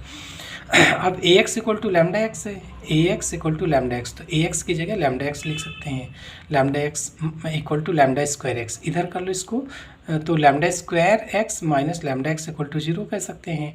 एक्स कामा ले लें, तो lambda square minus lambda equal to 0। अब देखिए यहाँ पर या तो ये ब्रैकेट 0 है या ये 0 है जिसकी वजह से 0 हो रहा है, ठीक है, या नल मैट्रिक्स हो रही है, या तो ये 0 है या ये मैट्रिक्स 0 है जिसकी वजह से 0 हो रहा है। तो अब चूंकि ये नॉन जीरो मैट्रिक्स है, क्यों, क्योंकि x नॉट इक्वल टू 0, क्यों, क्योंकि it is an eigen vector. Eigen vector की डेफिनेशन है कि नॉन जीरो वेक्टर है ना, आइगन वेक्टर वही होता है जो नॉन जीरो हो, ये जीरो वेक्टर अगर है तो आइगन वेक्टर नहीं हो सकता। तो x क्या है, a non zero vector is said to be eigen vector, है ना, तो ये आपका आइगन वेक्टर है, इसलिए ये तो नॉन जीरो होगा। तो x क्या है, नॉन जीरो है, क्यों, क्योंकि आइगन वेक्टर है ये, तो इसका मतलब ये वाला टर्म 0 होगा। This implies that lambda square minus lambda equal to 0, तो लैम्डा कामा ले लो, लैम्डा माइनस 1 इक्वल टू 0, तो इससे इसमें या तो लैम्डा 0 होगा या lambda is equal to 1, so either lambda equal to 0 और लैम्डा इज इक्वल टू 1। ठीक है, तो बस यही सो हो गया। लैम्डा क्या था, कैरेक्टरिस्टिक रूट्स किसका, of the idempotent matrix, A matrix का कैरेक्टरिस्टिक रूट लैम्डा माना गया था, तो वो कैरेक्टरिस्टिक रूट क्या आ गया, 0 आ गया या फिर यूनिट आ गया।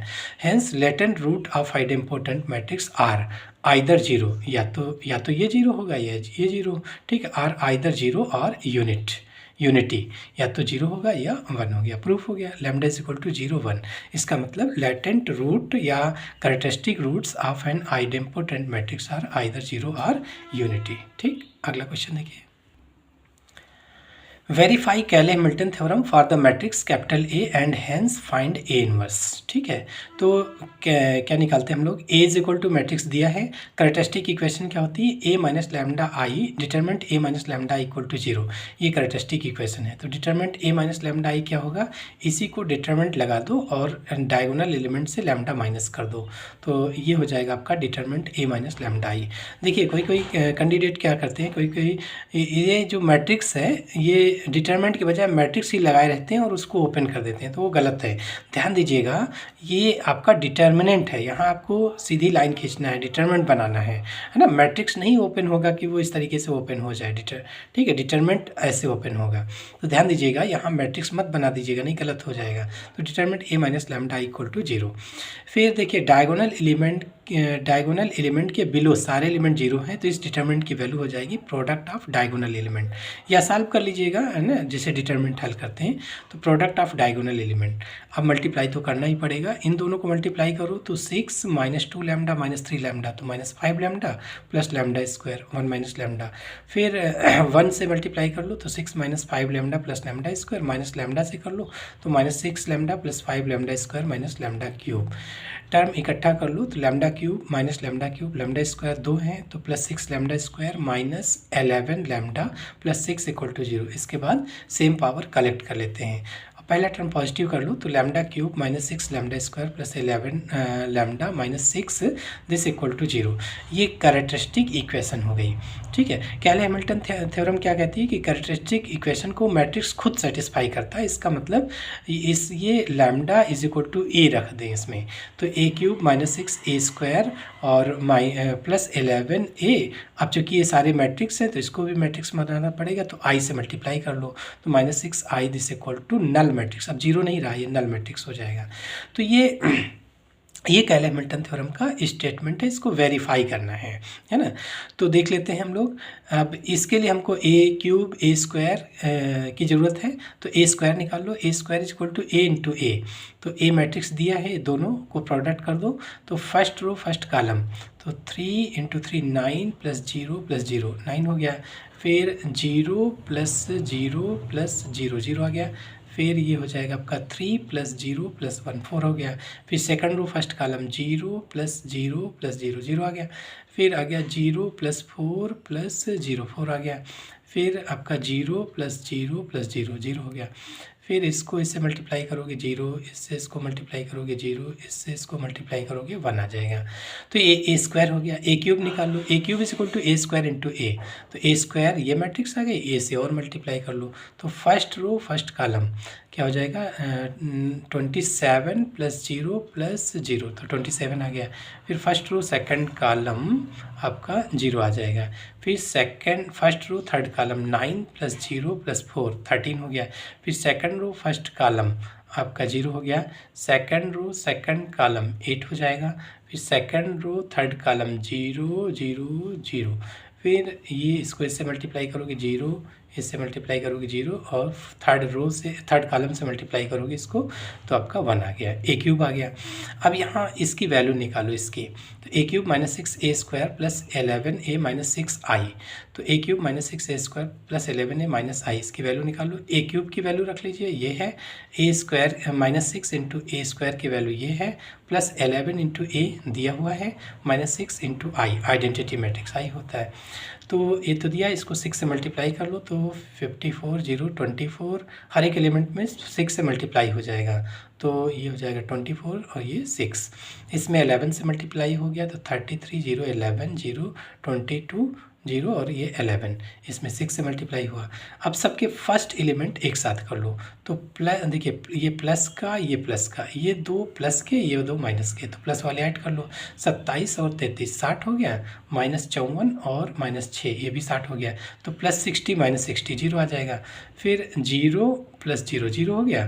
फिर 13 माइनस देखिए प्लस का 13 सेकंड वाला, तो आपका सेकंड एलिमेंट, ये सेकंड सबका 0 है तो सेकंड 0 हो जाएगा। थर्ड वाला देखिए 13 प्लस 11 कितना हुआ 24, और माइनस का 24 और ये 0 माइनस 0, तो आपका 24 माइनस 24 0 आ गया। इसी तरीके से सारे एलिमेंट आप चेक कर लीजिएगा। 0 ये 0 यहाँ पर हर जगह 0 है, तो 0 हो जाएगा। 8, तो 8 प्लस 22 30 हो गया। 30 माइनस 24 माइनस 6, तो 30 माइनस 30 0 आ जाएगा। यहाँ सब में 0 है तो 0 हो जाएगा। इन दोनों प्लेस पे सभी में 0 है तो 0 हो जाएगा। लास्ट वाला देख लो, तो ये हो जाएगा 1 माइनस ये और ये ऐड करो, तो 12 माइनस 6 माइनस 6, 12 माइनस 12 0 आ गया। तो ये नल मैट्रिक्स हो गई, इसकी वैल्यू हो गई, ये क्या निकाल रहे थे, इसकी वैल्यू आ गई नल मैट्रिक्स। इसको 0 लिख सकते हैं, 0 मतलब नल मैट्रिक्स। तो प्रूफ हो गया, हैंस कैले हैमिल्टन थ्योरम वेरीफाइड, है ना। अच्छा, ये चीज़ आपको पता है कि ये 0 0 आना है, आप डायरेक्ट 0 0 मत लिख लीजिएगा, है ना, कि ये तो 0 0 आना ही है तो हम क्यों कैलकुलेट करें, डायरेक्ट 0 0 लिख दें। उसमें ये होगा कि अगर आपका ए स्क्वायर या ए क्यूब कहीं कुछ गलत होगा तो यहाँ पकड़ में आ जाएगा। मान लीजिए कोई 0 नहीं आता, तो ए स्क्वायर या ए क्यूब का वो एलिमेंट चेक कर लो, इसका मतलब स्क्वायर और क्यूब आपका गलत है, ठीक है।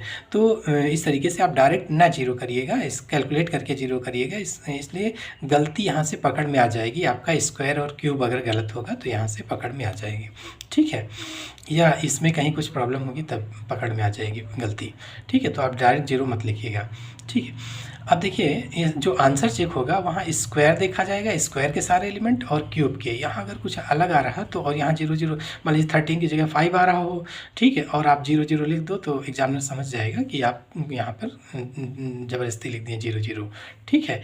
तो जो चेक होगा वो स्क्वायर के एलिमेंट, क्यूब के एलिमेंट, अगर ये दोनों सही तो फिर इसको मान लिया जाएगा सही है आपका, ठीक। अब क्या करना है, इन्वर्स निकालना है। तो देखिए, इसी को अगर ए इन्वर्स से मल्टीप्लाई कर लें, ए इन्वर्स से, तो यहाँ ये आपका 6 ए इन्वर्स हो जाएगा। उसको एक साइड में कर लेंगे तो हमको वैल्यू मिल जाएगी।